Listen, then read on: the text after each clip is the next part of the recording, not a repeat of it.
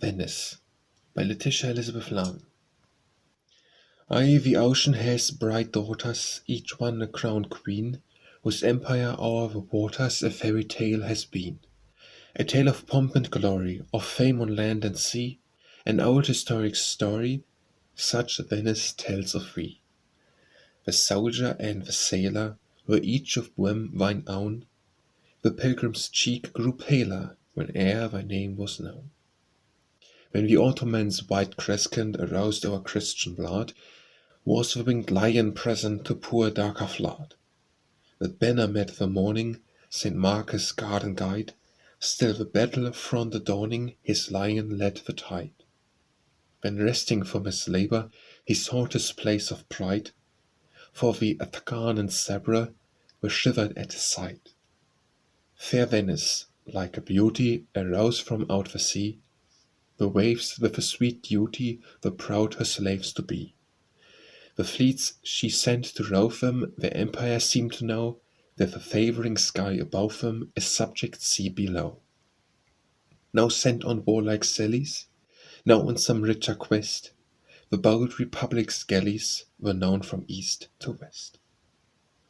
Dalmatia's forest highlands were searched for slaves and ore, the soft Ionian isles gave up their summer store, the olive, fig, and myrtle, all woods were sweet and rare, silks for the maiden's kirtle, pearls for her shining hair.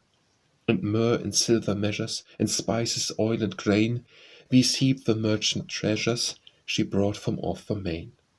When the summer day declining sank purple o'er her towers, how lovely was the shining of evening's early hours! When beneath the moonlight gliding swept the gondolas along, while the gondoliers seemed guiding their dark barks with a song. With barcarolles sweet laden, the wind to music turned, while the cheek of many a maiden with conscious crimson burned. There was many a princely greeting on good St. Mark's broad square, and many a festal meeting rejoiced the midnight air. For her nobles dwelt in palaces whose marble mocked the brine, and drank from golden chalices the Cypriot's golden wine. For she was called the Pleasant, that city of a mask, where the light hours of her present were sped with lute and flask. But her glory is departed, and her pleasure is no more, like a pale queen broken-hearted left alone on the shore.